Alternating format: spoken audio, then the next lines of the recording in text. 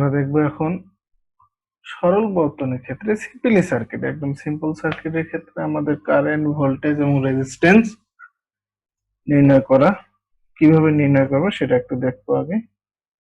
চলো, যদি আমাদের একটা সার্কিট এরকম হয়, ওকে, দিস ইজ পজিটিভ, যার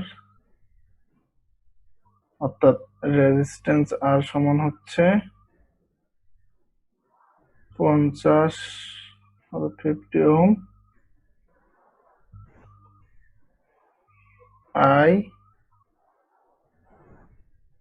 আর ভোল্টেজ হচ্ছে, অর্থাৎ তড়িৎ চালক শক্তি হচ্ছে ভি সমান 10 ভোল্ট।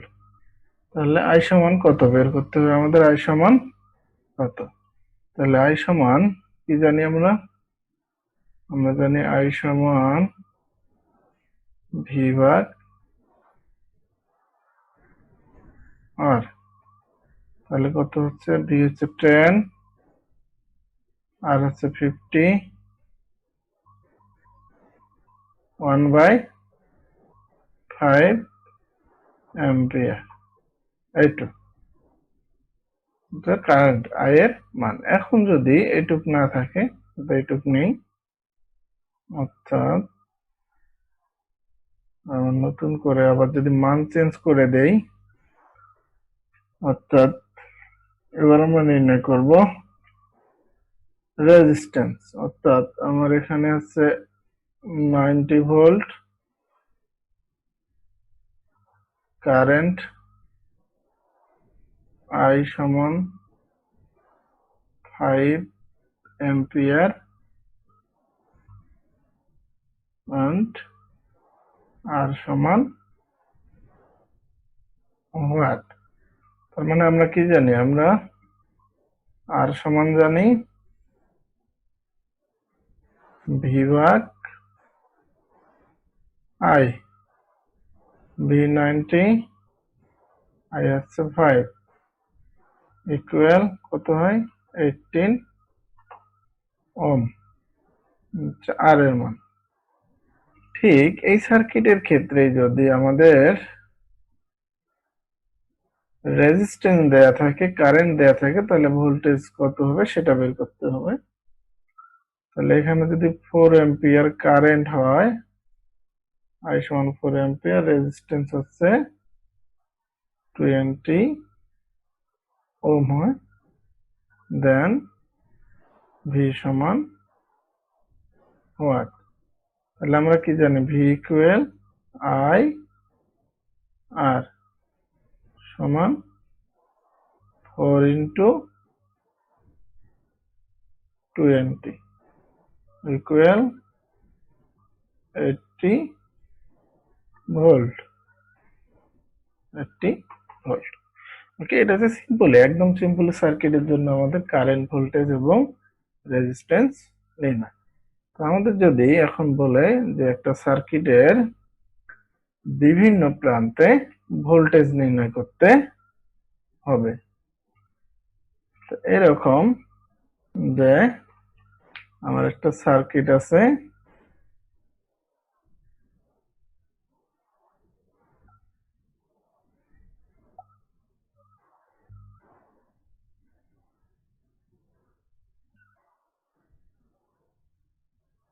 এরকম একটা সার্কিট আছে,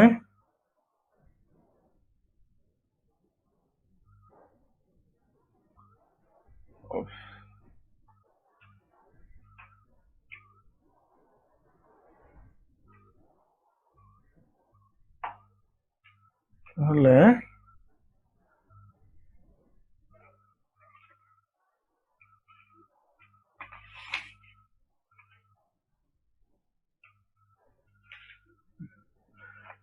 এরকম একটা সার্কিট আছে, এখানে 3 ভোল্ট, এখানে এ, এখানে বি,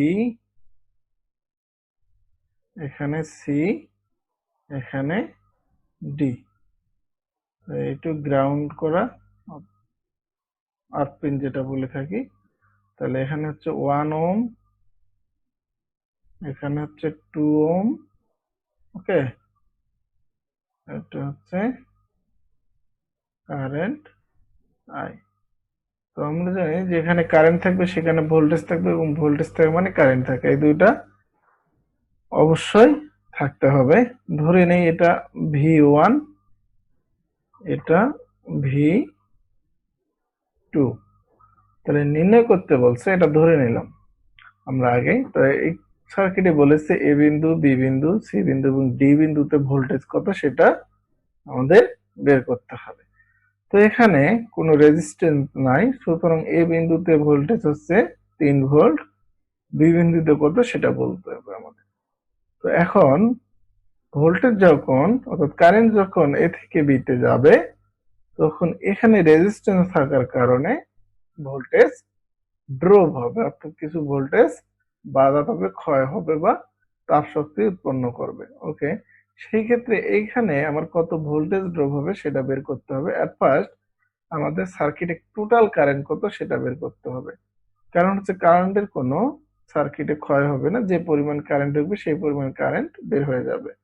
তাহলে আমার কারেন্ট, টোটাল কারেন্ট সমান বের করব, আই সমান কি জানি, ভি ভাগ আর। তাহলে ভি বাই আর হচ্ছে R1 যোগ R2, অর্থাৎ 3 ভোল্ট বাই 1 যোগ 2 সমান হচ্ছে 1 অ্যাম্পিয়ার, অর্থাৎ কারেন্ট হচ্ছে 1 অ্যাম্পিয়ার। এই সার্কিটে কারেন্ট হচ্ছে কি 1 অ্যাম্পিয়ার। তাহলে আমি এই যে V1 আছে, এখানে ভোল্টেজ ড্রপ কত সেটা বের করব। তাহলে V1 সমান কি লিখতে পারি আমি, আমরা জানি V সমান সমান কি আই আর। তাহলে আই হচ্ছে আমার কত, সার্কিটে কারেন্ট 1, এখানে রেজিস্ট্যান্স কত, রেজিস্ট্যান্স হচ্ছে 1, তার মানে হচ্ছে 1 ভোল্ট। তাহলে এখানে 1 ভোল্ট, অর্থাৎ এই রেজিস্ট্যান্সের মধ্যে আমাদের 1 ভোল্ট ড্রপ হয়েছে। তাহলে আমি এখানে ভোল্টেজ কত পাবো, আমার এতে যে ভোল্টেজ আছে তার থেকে যদি 1 ভোল্ট বাদ দেই তাহলে আমি বি তে ভোল্টেজ পাবো। তাহলে আমার এতে ভোল্টেজ ছিল 3 ভোল্ট, যেহেতু এই রেজিস্ট্যান্স যে 1 ভোল্ট ড্রপ হয়েছে, তাহলে বি তে ভোল্টেজটা হবে 2 ভোল্ট। আবার এখন সি বিন্দুতে ভোল্টেজ বের করব। এখন কারেন্ট যখন বি থেকে সি তে যাবে, তখন আবার এই জায়গায় ভোল্টেজ ড্রপ হবে। তাহলে আমি ভি2 তে ভোল্টেজ ড্রপ বের করি, কতটুকু ভোল্টেজ এই রেজিস্ট্যান্সে ড্রপ হয়েছে।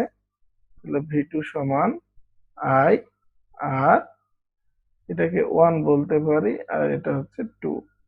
তাহলে আই হচ্ছে 1, 2 হচ্ছে 2, আর 2 হচ্ছে 2, অর্থাৎ 2 ভোল্ট। অর্থাৎ এই যে ভি2 আছে, এখানে এই রেজিস্ট্যান্সে ভোল্টেজ ড্রপ হয়েছে 2 ভোল্ট। তাহলে সি তে আমি ভোল্টেজ পাবো, বি তে যা ছিল এই রেজিস্ট্যান্সের মধ্যে যেটুকু ভোল্টেজ ড্রপ হয়েছে, যদি বি থেকে সেটুকু বাদ দেই তাহলে আমি পাবো। তাহলে বি তে ভোল্টেজ ছিল 2 ভোল্ট, ওই রেজিস্ট্যান্সে ভোল্টেজ ড্রপ 2 ভোল্ট, তার মানে 0, অর্থাৎ সি তে ভোল্টেজ হচ্ছে 0। তাহলে সি তে ভোল্টেজ 0 মানে কি, সি তেও ভোল্টেজ 0 হবে। ওকে, তাহলে আমরা এরকমই আরেকটি সার্কিট যদি চিন্তা করি। ওকে, আমাদের এরকম একটা সার্কিট দেয়া আছে।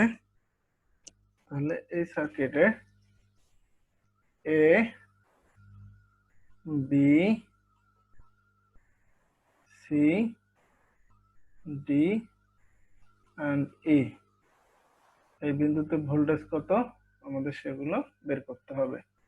তো বিষয়টা হচ্ছে যে একটা জিনিস আমাদের মনে রাখতে হবে, যে এখানে সরাসরি যদি এই বিন্দুর দিকে কল্পনা করি, তাহলে কারেন্ট যদি এই বিন্দুতে যায় তাহলে সম্পূর্ণ কোনো পথ নেই, তাহলে এই বিন্দুতে কোনো কারেন্ট যাবে না। কারেন্ট না যাওয়া মানে ভোল্টেজও যাবে না, সুতরাং এই বিন্দুতে সরাসরি ভোল্টেজ ভোল্টেজ 0, এদিকে আর যাওয়ারই দরকার নেই। তাহলে এখানে এই বিন্দুতে ভোল্টেজ হচ্ছে 6 ভোল্ট, এখানে কোনো রেজিস্ট্যান্স নেই, আবার এ থেকে বি তে যখন যাবে এখানে রেজিস্ট্যান্স আছে, যার কারণে এখানে কিছু ভোল্টেজ ড্রপ হবে। একইভাবে বি থেকে যখন সি তে যাবে ভি2 তে কিছু ভোল্টেজ ড্রপ হবে আর2 তে। সি থেকে ডি তে যখন যাবে আর3 তে কিছু ভোল্টেজ ড্রপ হবে। তো এখন আমরা সম্পূর্ণ সার্কিটে কারেন্ট কতটুকু আছে সেটাকে বের করে নেব। সম্পূর্ণ সার্কিটে কারেন্ট আই সমান কি জানি, ভি ভাগ আর। তাহলে আর1 যোগ আর2 যোগ আর3। ওকে, দেন ভি হচ্ছে 6 ভোল্ট। আর1 আর2 আর3 যদি যোগ করি তাহলে আমরা পাবো 30, অর্থাৎ 30 ভোল্ট, 30 ওহম, 30 ওহম। তাহলে এটা সমান লেখা যায় 1/5 এম্পিয়ার। অর্থাৎ এই সার্কিটে টোটাল কারেন্ট হলো 1/5 এম্পিয়ার। তাহলে এখন আসি যে ভি তে ভোল্টেজ ড্রপ কতটুকু। তাহলে আই আর 1 সমান আই এর মান 1/5 ইন্টু আর এর মান 5। তাহলে 5 5 কেটে গেল, তাহলে 1 ভোল্ট। অর্থাৎ আর1 এ ভোল্টেজ ড্রপ হচ্ছে 1 ভোল্ট। তাহলে আমার এ তে হচ্ছে ভোল্টেজ 6 ভোল্ট, আর1 এ যদি 1 ভোল্ট ভোল্টেজ ড্রপ হয় তাহলে বি তে ভোল্টেজ হচ্ছে আমার 5 ভোল্ট। 5 ভোল্ট। তাহলে আমি আগেই বলে নিছি ইতে কোনো ভোল্টেজ যাবে না, কারণ এদিকে কোনো কারেন্ট যাবে না। কারেন্ট যোগ গেলেও কোনো সম্পূর্ণ পথ নাই, সো এদিকে কারেন্ট যাওয়ার কোনো সম্ভাবনা নেই। এখন বি বিন্দু থেকে সি বিন্দুতে যখন যাবে কারেন্ট তখন কি হবে, আর2 তে কিছু ভোল্টেজ ড্রপ হবে। এখন ভি2 নির্ণয় করি, দেখি আর2 তে কি পরিমাণ ভোল্টেজ ড্রপ হচ্ছে। আই আর2 সমান 1/5 গুণন 10 সমান 2 ভোল্ট। অর্থাৎ আর2 রেজিস্ট্যান্সে ভোল্টেজ ড্রপ হয়েছে 2 ভোল্ট। তাহলে বিতে আছে 5 ভোল্ট, আর2 তে 2 ভোল্ট ভোল্টেজ ড্রপ হয়েছে। তাহলে সিতে আমি পাবো 3 ভোল্ট।